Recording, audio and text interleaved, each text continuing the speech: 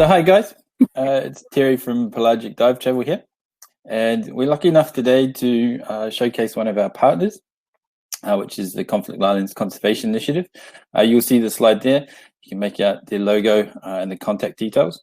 I'll drop that in a minute so we can see them a bit more clearer. We're lucky enough today to have Hayley Versace on the left-hand side there, and Ranger Stephen. So what we'll do today is we'll sort of talk to them, introduce themselves, about the program that they have running, the location that they're at. So throughout the presentation, if you want to ask a question, please on the right-hand side, put your question in the little chat and we can ask them as we go. Yeah, so we'll get started. So guys, thanks very much for joining us. How's it down in where you are at the moment? It's a beautiful day today. It's actually a complete blast outside. It's getting hot now too. Fantastic. So guys, just to let you know, there is a little bit of a lag because Hayley and Stephen are based in Conflict Islands, which is in Papua New Guinea. So it's a remote area. It's around about a 12-hour boat ride from Alotau. And Alotau is located about an hour-and-a-half flight across the mountains from Port Moresby, which is the main international landing place. And it seems we may have just lost them. So they work on satellite Wi-Fi connection, and hopefully they can come back. So there will be a little bit of a lag. We're still here on this side. Can you? Maybe if I switch just the video feed off and just have audio, it might help. Okay, cool. Yeah, it sounds a lot clearer, so we'll do that. Cool. So, Hayley, can you tell us a little bit about yourself, your background, what brought you to the Conflict Islands, and what's your sort of role with the Conflict Islands Conservation Initiative? So I'm a marine biologist and a zoologist, and I studied in James Cook University in Australia. And whilst I was studying, I undertook my dive masters, and that just led me into a career of conservation and diving and traveling around the world, getting to work in all these really amazing places. And I ended up here in the Conflict Islands about 4 years ago now. And since I arrived, I came here with my husband, and we've seen the place change from just a cruise ship destination into a cruise ship and conservation and tourism destination, which is developing this area in Papua New Guinea. Fantastic. And what's your role with CICI? So my role's a bit of everything. I'm marketing, I'm publicity, I'm designing all the projects, working with the rangers, doing all the training, and trying to build good community relationships, and yeah, just a little bit of everything. Okay. Building it up from the ground, I guess. Did you set the CIC up, or? Yeah, so it was a decision between the owner, Ian Gowrie Smith, who owns all of the 21 islands in the atoll, and myself and the communities, I guess, that they could. Ian could see how special this place was, and it was definitely special from a marine conservation perspective. And yes, so when I arrived with my husband back in 2016, we decided it was time to start protecting this beautiful location. So we started developing CICI back then. Ah, fantastic. So you mentioned there you started to work with the local community. So it's a joint venture, which is fantastic. So with that in mind, we'll talk to Stephen. Stephen, you're the head ranger, is that correct? Yeah. Sorry. Yep. Yeah, fantastic. And yeah, I'm a local.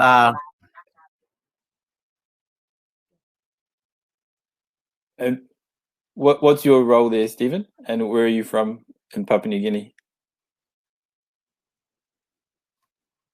So, yeah, I'm the local to this group of islands, the eastern part of Conflicts, the island called Panayati, located in the Lucid local level government. It's in the Samarimura district. So I was employed in 2017 by the good management of mine, Boss Sally and Boss said, becoming a local volunteer, guiding, working with the university students, mostly from James Cook University and some around the world. Yeah, around the world.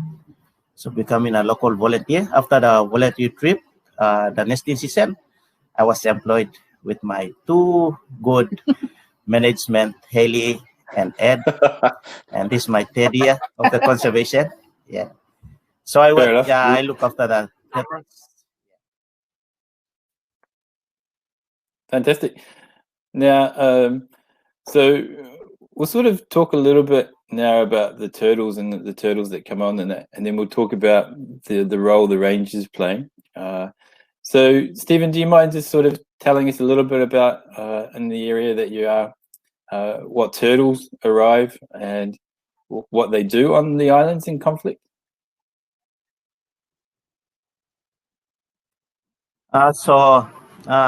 In conflicts, we have two species of turtles, the hawksbills and the great turtles. So those two species of turtles are the ones that we monitor in here. So the turtles do have a season, do come up to lay their eggs during October to February. There's a nesting season. So that's the time we do monitor them, do patrols, do nest relocation. Because there's lots of butchering. I mean, the local people coming around and harvesting. So the easiest way to keep the eggs safe, the turtles safer, is relocate the nest in here. We look after them in here after the incubation period, and then that's the time we observe, do release, keep, and then bring them in the nest area. Okay, so the green turtles and the hawksbill turtles come onto nest. Now, so the role of the ranger, do you go out every night or? Yes, so the role of the rangers because during night time where the temperature is cooler, that's where the turtles, the female turtles comes up to lay their eggs. So during the night, the rangers do patrol. We patrol the islands and monitor while the turtles comes up to lay their eggs. Okay, and you mentioned there before that there's a bit of poaching with the turtles. So are the turtles most vulnerable when they come onto land at nighttime?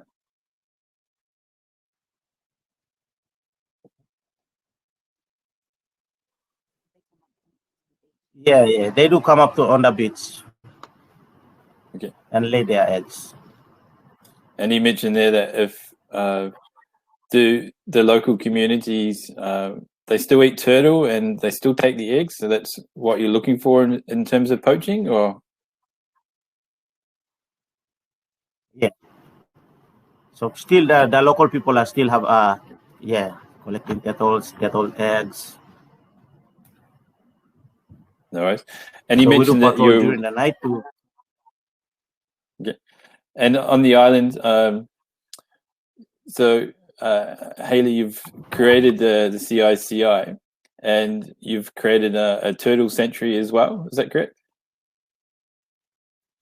Yeah, so part of our program here in conserving the turtles, we've got a turtle hatchery and a turtle nursery. So the hatchery is where we relocate all the eggs to for the incubation period. So they're safe from predators, from coastal erosion and temperature, which also plays a role in populations in determining their sex, and also the poaching. So we relocate them to the hatcheries, and once they hatch, we do a fitness test for the newborns. It's a pretty rough start to life, but it's better than getting let loose and picked off by all the birds. But we do a fitness test for them to see if they're healthy enough to be released straight away. There's always a percentage of the nest that is weak or they have some sort of defect, or they they can't make it out of the nest themselves. So those weaker ones are ones that we transfer over to our nursery facility, where they're kept for an undetermined amount of time according to what they're struggling with. So some have lost flippers, some are just really weak.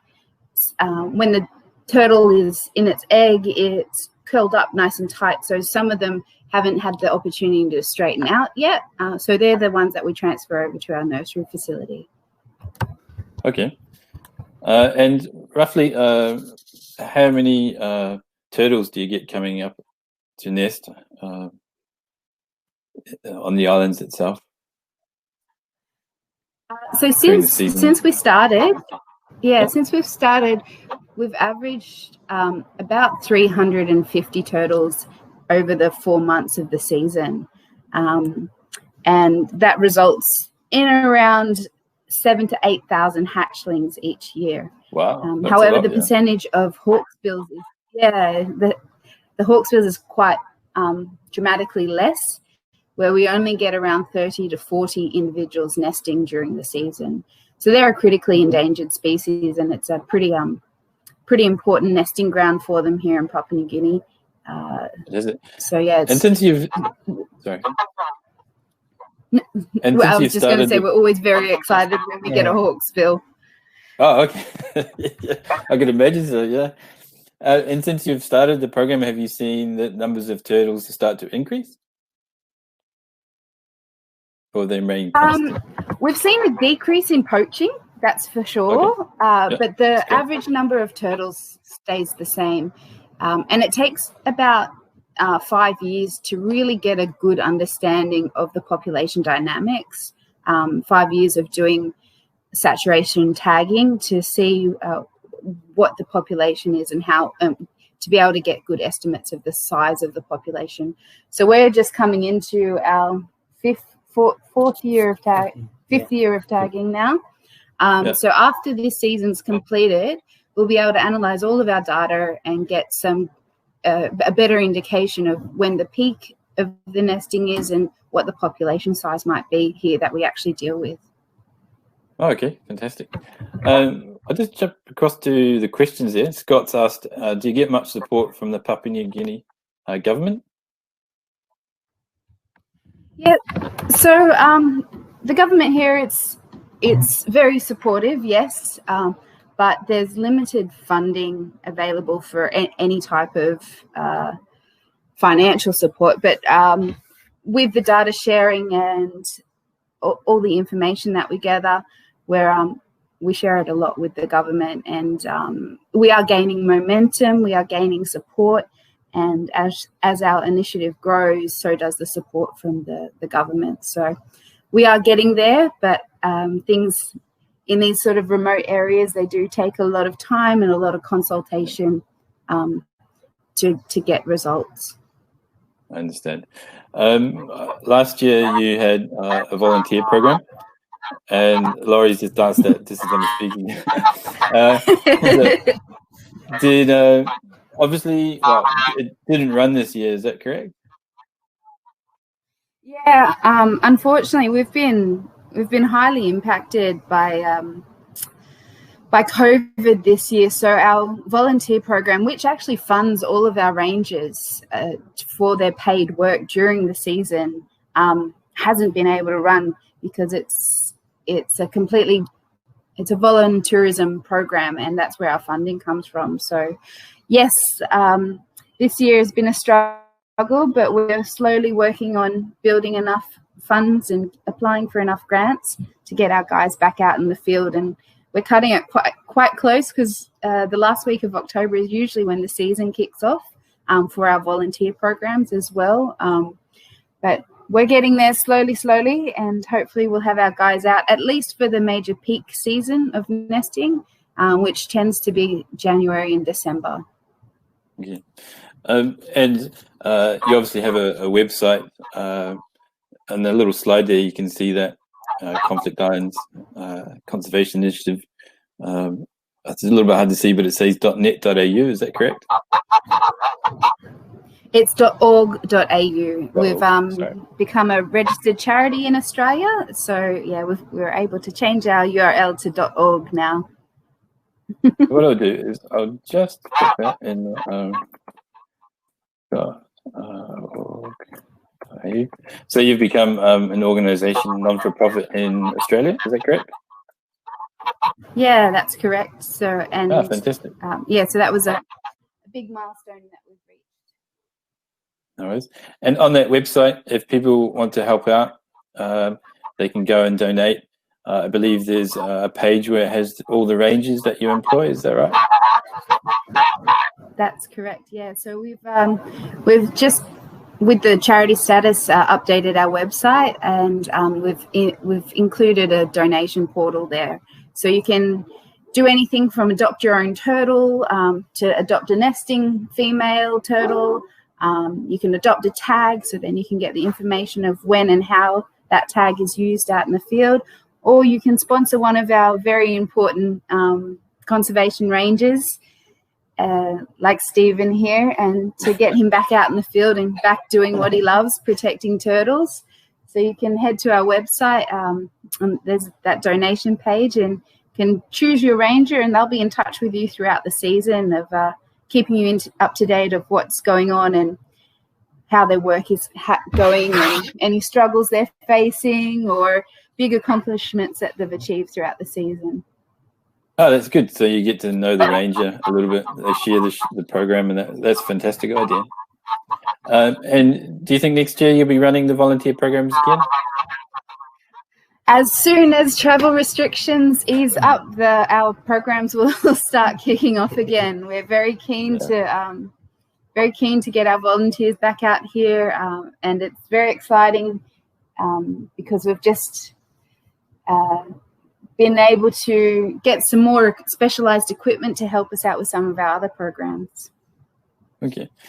Scott's just asked another question as well. But how many volunteers do you get an average year? And how many do you need to make a substantial difference? So what would probably be, like, how many numbers do you need, and what's the optimal amount, I suppose? Yeah, so we do, our programs are 2 weeks at a time, and in each of those 2-week programs, we can take up to 14 volunteers, okay, either domestic volunteers or international. So the season runs from October through to February, so 14 times that many 2-week periods is our pretty typical. We average about 10 volunteers per trip, but to make a difference, any number. No worries, I understand. All the help you can get, especially with such a large number of turtles coming on land and that type of thing, and basically just sharing what you're doing is a fantastic thing. And we've got so many islands to monitor as well. So within the atoll, there's 21 different islands, most of which are nesting grounds for turtles. So it'd be awesome to have like at least 4 people on every island every night. Yeah. So guys, if you wanted more information, jump on their website, check out the volunteers. We're sort of running out of time a little bit. We want to sort of talk a little bit more about, so what other programs are you doing on the island at the moment, Hayley? I believe you're working to a marine park type thing currently. Yeah, so we're heading towards becoming one of Papua New Guinea's largest marine protected areas. And this is a whole new sort of ground for PNG. They don't have any real policies or things in place, and it's a difficult area to traverse because of the customary land ownership and state leases and all those governing things. But we're working with the government to, protect this really special place that we've got out here and keep it pristine, because it is one of the best places that is left on Earth, I guess, for being untouched and really pristine diving. Yeah. I believe as well you recently made this year a Hope Spot by Mission Blue. Is that right? Yeah, so Sylvia Earle's Mission Blue recognised us as an area of significant biodiversity. And I think we've encountered more than 20 different species of either endangered or critically endangered species that either inhabit the waters or the land within the atoll. So we're amazed every day when we go out into the sea and get to experience it all. Yeah, I was there last year. Beautiful diving. Blankets and blankets of healthy coral, which is fantastic. The resort is really nice as well. We're sort of moving away a little bit, but to help you get more knowledge and support, you're opening up your resort as well. Is that right? That's correct. So since COVID's happened, and cruise ships have stopped, which was our main sort of finance. We've opened up our 6 bungalow resort for guest stays for domestic travellers. So we've got 6 ultimate beachfront bungalows, and 21 islands for you to enjoy out here as well. So we're keen to keep it going as a resort as well. Once international travel opens back up, we'll be very happy and welcoming to any international guests that want to come and visit and see what we do here. Fantastic. Part of what Pelagic Dive Travel is doing is we're working with obviously South Haley in the resort, and we're looking at group travel in March, so 26th of March next year, as well as November. And we have a bit of a special running there. We actually stay 5 nights at the resort and 3 nights on the liveaboard. So if you're interested in that, just send me a direct message or mail, and I can send you a little flyer with more information. So do we have any other questions? Does anyone have any questions that you'd like to ask directly, or Stephen? How many local rangers do you use in the season?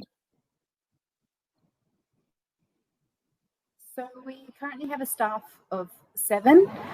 We did have 8 rangers last year, and we're aiming to get many more as the program grows. We want to employ more of the local staff members, local community members, to become staff, to train them in the conservation that we do, and so they can take that knowledge and home to their villages and incorporate that conservation work, not only here while they're working with the turtles, but as well when they go home to their home villages and reefs, and be custodians and caretakers for what they have as well.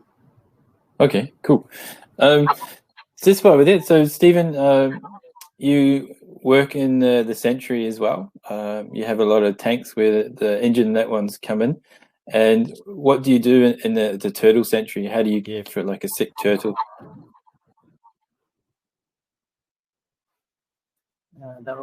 My role is looking after the weak turtles or the sick turtles, the deformed turtles, the hatchlings that emerge from the sand at the first day.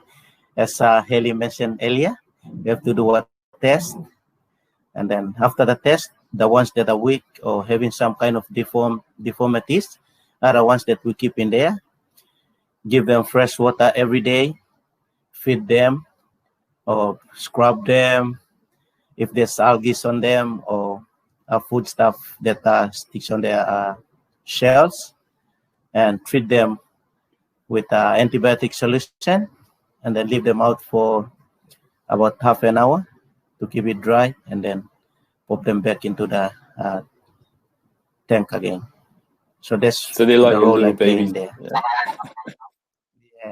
The mother, father. And I became the mother and the father at the same time. So fair enough. Got asked as well, is that how do you become a ranger? I was out in the village without any offer after I finished from school. Financial problem. So I was in the village when Ed and Haley coming around with a boat for if anybody interested to become a volunteer. So I was interested to come, and then I became a ranger, turtle ranger. I love to become a ranger because when I first started in the village, I started looking after animals such as pig, dogs. So I love animals. So when I started working in here, I love my job, and that's why I became the ranger. Cool. Yeah, and I'm still here on conflicts. Do you go out snorkeling when you? So I should say, how do you release the turtles once they're fit and healthy or pass their fitness test to go back into the ocean? Depending on how they progress, if we see the turtle is progressing well in the tubs, so there's a time we do release by running them out on a boat to the deep sea where there's current light. So there's where we snorkel with them and start releasing them in the wild. Nice. Must be very rewarding to see them released back into the wild like that. Sometimes very sad because Stephen's looked after them for a long time, and like you said, he becomes their mother and father and loves them with all his heart. Sad to see them go. Yeah, I understand. Cool. So we're nearing the end of the presentation. Now, someone's asked me. So my role, I'm Pelagic Dive Travel, and we help marine conservation organizations and initiatives in the sense that we try and bring people to them, create awareness, and basically help the organization grow and give feedback. So that's sort of my role. And we're working closely with CICI for trips next year and that sort of thing, so we can get more people out there. Cool. Any other questions there, people? Can't see any. So just to recap, Conflict Islands Conservation Initiative. So Hayley, how would they get in contact with you? You can shout out to us on Facebook. We've got our Facebook page or Instagram, or you can just email us on that email address Terry's got in the slide there. It's conservation at Conflict Islands with a s.com. Cool. Is there anything you'd like to add there, Hayley or Stephen? Anything you'd like to say? I just want to thank Stephen for joining us today. He's just come back from the village seeing his family, so making the time to come and chat with us today, and all of his hard work, really. This program wouldn't exist without people like Stephen who are passionate about environment and conservation here in Papua New Guinea, so couldn't do it without him. And a big thanks to you, Terry, for the invitation to join you today. It's been really fun. Good. Hopefully we can get some people out to you next year. So cool. Well, thanks everyone for listening. Again, if you need any more information from us, you can see Hayley's email in the side. My email is in the side as well. I'll be in the booth if you want to stop by. But yeah, thanks very much. I'll just write a little note for everyone. Thanks, Scott. We appreciate your support. Thanks, Terry. All right, Stephen. Hopefully we'll see you again next year. All right, guys. We'll see you. Thanks very much. Yeah. And for the people that are still here, enjoy the rest of your show. Thanks, guys.